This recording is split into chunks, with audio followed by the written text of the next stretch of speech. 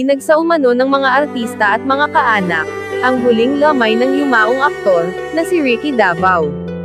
Panoorin po natin ang mga emosyonal na huling mensahe ng dating asawa, na si Jackie Lu Blanco, at ibang kapamilya.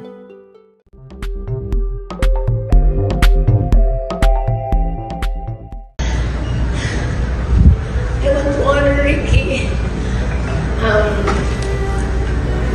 Even if we did not end up together, he was such a big part of my life. Totoo yung sinasabi ng mga anak ko at mga kaibigan na joker talaga kung si Ricky when my kids were small. You know, he would come home from taping and hindi niya tatanggalin yung mga dugo-dugo sa mukha niya. Higa siya doon, di ba? Tapos sabi niya, tawagin mo yung mga bata, tawagin mo yung mga bata. So, tatawagin ko yung mga bata, bababa sila, oh my gosh, what happened to mama? Di ba yung gano'n? And then, ang tagal na nakagano'n yung mga bata, natatakot na sila. Bumangan ka na dyan, bumangan ka na sila, natatakot yun. I mean, he was that kind of a dad. He would always joke around, or he would always, magtatago, or like totoo yung sinasabi nila, yung mga movies na nakakatakot, diba? He was like that. He was always very safety conscious. Na alala ko, sa kanya ko natutunan he would tell the kids na mawala ng lahat, wag lang daw yung passport. Kasi pag nawala yan, parang you're dead. May mga ganun siya. And then, sa kanya ko natutunan na pag magbabiyahe kami, you have to book, kailangan magpa-xerox tayo ng passport mo. So, lahat ng detalye, meron kang isa sa bag mo, meron kang isa sa maleta mo, meron kang, sa kanya ko natutunan yun, na tama rin naman, kung mawala nga naman, you have all your details, no? Ganon si Ricky. Very, very masinop siya. As in, naalala ko, when I was younger, we had an office that took care of everything. So, yung parang, hindi ako masyadong marunong sa, ano ba yung cheque, yung gano'n. Siya yung nagturo sa akin noon. Tapos siya yung nagturo na kailangan mag-ipon ka, para you get from your sweldo, magtabi ka ng 20% or 30%. Very, very, very, very masinop si Ricky. When we got separated, things were not okay for a while. Si Ricky kasi, masyadong mataas yung pride yun. That's just how he was. Medyo hindi magpapatalo, mantitiis, ganun siya. So, noong umpisa, we would not be able to celebrate events together because it was awkward. So, he would have, like, pag may birthday yung mga bata, may separate occasions, diba? So, it would be awkward when we would be at events, but I prayed, sabi ko, Lord, sana mas maging maayos, kasi alam ko, pag maayos kami, maayos din yung mga bata. When my apo was born, the son of Ken, I said, sana yung apo ko yung maging one of the ways na maging okay. And there was an occasion that, I don't know if I reached out to him or Yela. His sister reached out, and he said, yes, he was gonna go. So we were so happy. And so nung dumating siya, I told Ken, oh, you go to your dad, di ba? And nandun yung apo ko, baby pa. And alam mo naman yun, parang kanya, ayaw pa halata na happy siya, di ba? Yung umupo doon sa tignan-tignan yung apo, gano'n. Tapos, syempre, hindi na siguro niya matiis, di ba? Kasi ang cute, di ba? So, inaangat yung phone. Pero hindi pinapahalata na inaangat yung phone. Tapos, pinumuna ng picture yung apo, di ba? So, sabi ko, okay, thank you, Lord. Kasi alam ko na lumambot yung puso niya. And from that time on, wow, he was such a wonderful grandfather not only to Jacqueline, but to his other apostles, ay yung nasa utak ko na strictong dad, or disciplinarian, he wants everything to be in place. Sobrang lumambot yung puso niya sa mga apo. And ibig sabihin nung lumambot din yung puso niya sa akin, I was able to, I would ask for help. Kausapin mo naman si Ken, hindi ako pinakikinggan, or may something, or si Vicky may story, anak. Sorry. Like, he would not, I would say, oh, sige, please talk to him naman, you know, he needs your advice, you know, aside from me. And he would not answer me. Pero kaagad may sagot. Hindi sabihin, ginawa na niya ng paraan. No? Ginawa na niya ng paraan. So that was, I was very, very happy. There was a time when, when I received the Lord as my personal Savior. And sorry, Malka, no disrespect to you. Part of my prayer was if it was the Lord's will to heal my marriage. That was my prayer. But after a while, my prayer changed. What was more important to me was for Ricky to accept the Lord in his heart para sa akin above anything. That was most important. And when he got sick, Dean and Pip were one of the first ones who went, and they prayed, and he accepted the Lord in his heart. And I was so happy kasi alam ko, kahit anong mangyari, okay na si Ricky. I know that I would not have to worry because he would be taken care of in heaven. When the time was near, he had septic shock and we thought that that was it. And so, Ricky May said, Mom, kayo mag-talk to Dad. And at that point, I just wasn't sure because baka magalit ang tatay mo, baka mamaya biglang tumayo o magalit. Parang hindi ata ako sure. And Lot was there. Tita Lot was there, and I said, tanungin mo naman si kuya mo kung okay na kausapin ko siya. Umuo naman. Sabi ko, uy, okay. Thank you, Lord. First year, sorry. I went inside, and I said, Ricky, this is Jackie. I'm here with the kids. I just want you to know na hindi ko sila pababayaan.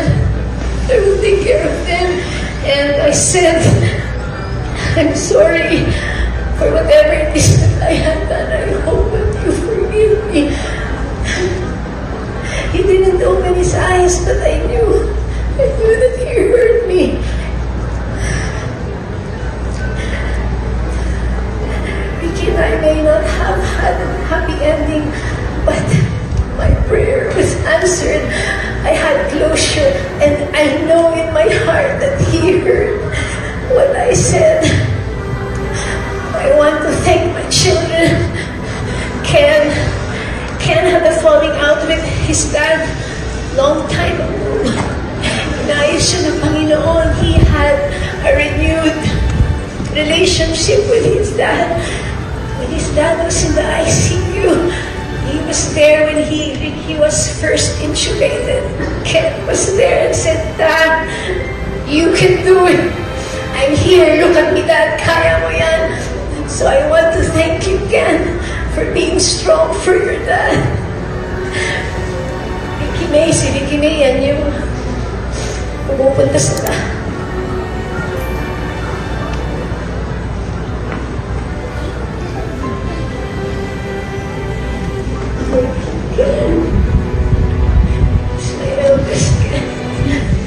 Vicky May was the one who went laban to all the DSWD, all the mga, for her dad, she would make pila. Thank you, Vicky May.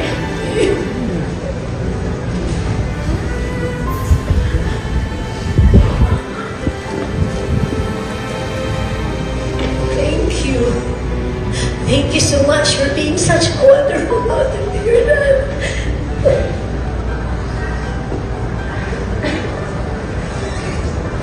If there's something that Ricky and I did, it's to raise 3 beautiful children. Si Ara naman yung gusto namin. Hindi niya isang litang-butak ko sila ng dad niya. But when you Ara? When her dad got sick, ako, Mama, I'm not gonna accept this event because I want to be there with Dad. Siya yung pumapasok ako sa ICU. Iyak na, tapos ganyan-ganyan yung lukat niya. Dad, I love you, Dad. Thank you, Ara. Thank you so much for taking care of your dad. Teddy, I'd like to thank you. Where are you? Hindi po ito lumabas sa akin, pero parang anak ko na po.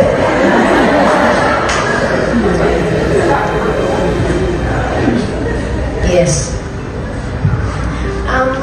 I want to thank all the, I know Ricky may thank everybody, but I want to thank my family for really being there. You have been such a big help. Tita wants to thank you so much for your love sa amin, for your love kay Tito Nong. Yela, Maymay, Piplin, thank you. Senator Jinggoy, salamat po. I want to tell you again, I know I told you this, but Ricky really valued your friendship, and thank you for loving him as you did. Ana, thank you. Yana and Yakat. All of you who are here, all of you who have extended their help, hindi dahil sa amin yun, dahil kay Ricky yun, dahil nagpundar siya ng pagmamahal sa inyo. Kaya kayo din, minamahal niyo kami. Dahil yun kay Ricky, and that's a testament of the kind of man that he was. I want to thank you, Malka, Ricky's girlfriend, for taking such good care of Ricky. I want to thank you so much.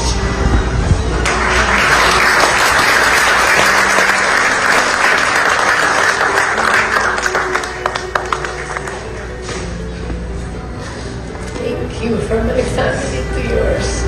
Thank you so much for loving Ricky as you did. Thank you.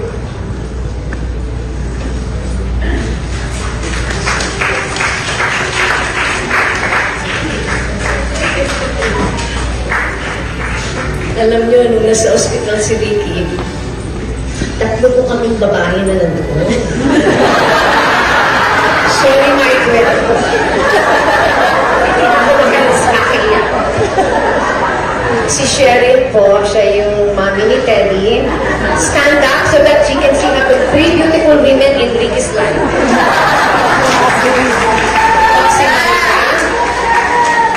At ako po. Siyempre, nandun po kaming lahat dahil nasa ospital si Ricky. Yung ay kikwento ko. Sabi ko ng doktor ni Ricky sa akin, ma'am, ito pa kayong makausap. Ano pong problema ko? Kasi sabi ko, nasa ICU na si Ricky. May problema pa ba? May dagdagan pa? Sabi niya, I want to know kasi how I will address you. Tsaka I have this puzzled look on his face. As in talagang parang ano gagawin? Ikaw ka ba? Yeah, sabi ko, well, I'm the wife of Ernst, you know, yeah, okay. Sino po yung nakarel? I think ito Samantha. Yun po yung partner ni Ricky. Yung isa po.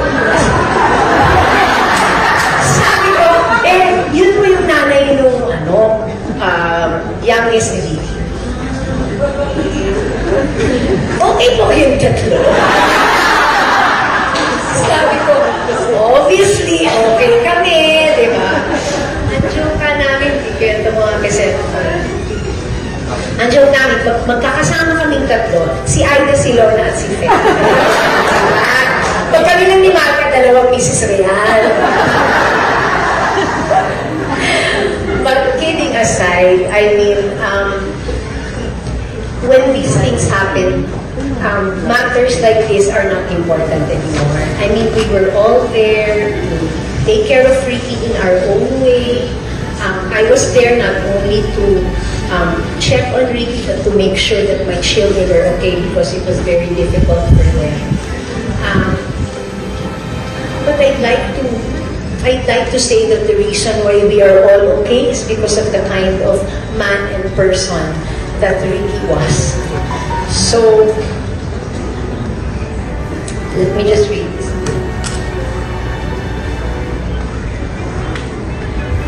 Though our time together changed shape over the years, I will always honor the good we shared and the family that we built. Your presence will be missed in the everyday moments, the family gatherings na lagi kang nagpapatawa, the quiet ways you showed how you cared. I'm thankful for the life you helped shape, for the father and grandfather you were, and the memories that we live on in our children and grandchildren. Ricky, rest well knowing how deeply loved you are by all of us. Thank you so much for being the kind of father that you were, and I promised you, like I promised you, na hindi ko mababayaan ang mga anak natin. I will take care of them. We will honor you by sharing kung ano yung tinuro mo sa amin. We will honor you by trying to be excellent in whatever field that we are in, and by being good people just like you are. Say hello to my mom. Tell her I miss her. I love you. I have always loved you, and I will always love you. Thank you so much. Rest in peace. And now, pwede na kayong kumanta ni Mamita. Thank you, Ricky. You lived such a wonderful life. You were able to do everything in excellence. Thank you so much. Can I ask everyone, let's give Ricky a standing ovation for the life he lived.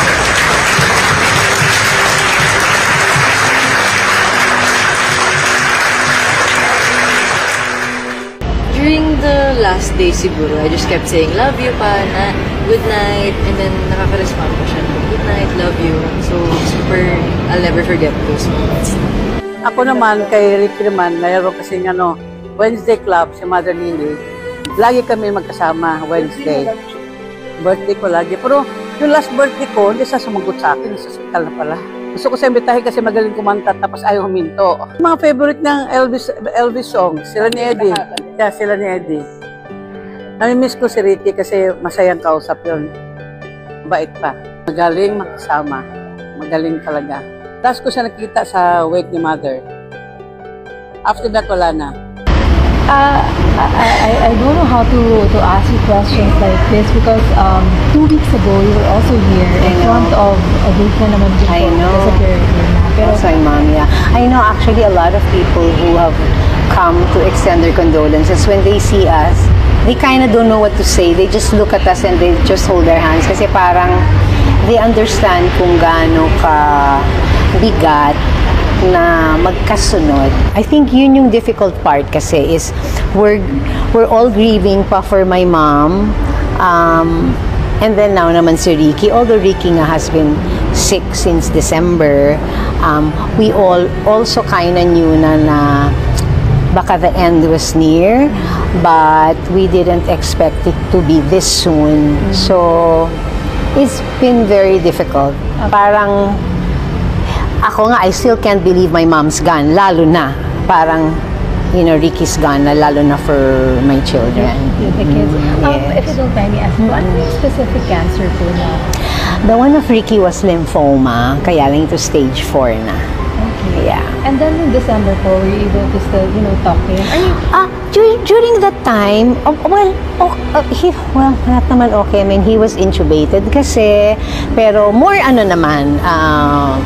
kung baga more present and pero he did stay in the ICU for quite a bit. Pero then nalipat na siya sa regular room, 'di ba? Natanggal na yung tube. Pero things were getting better. But This was in December.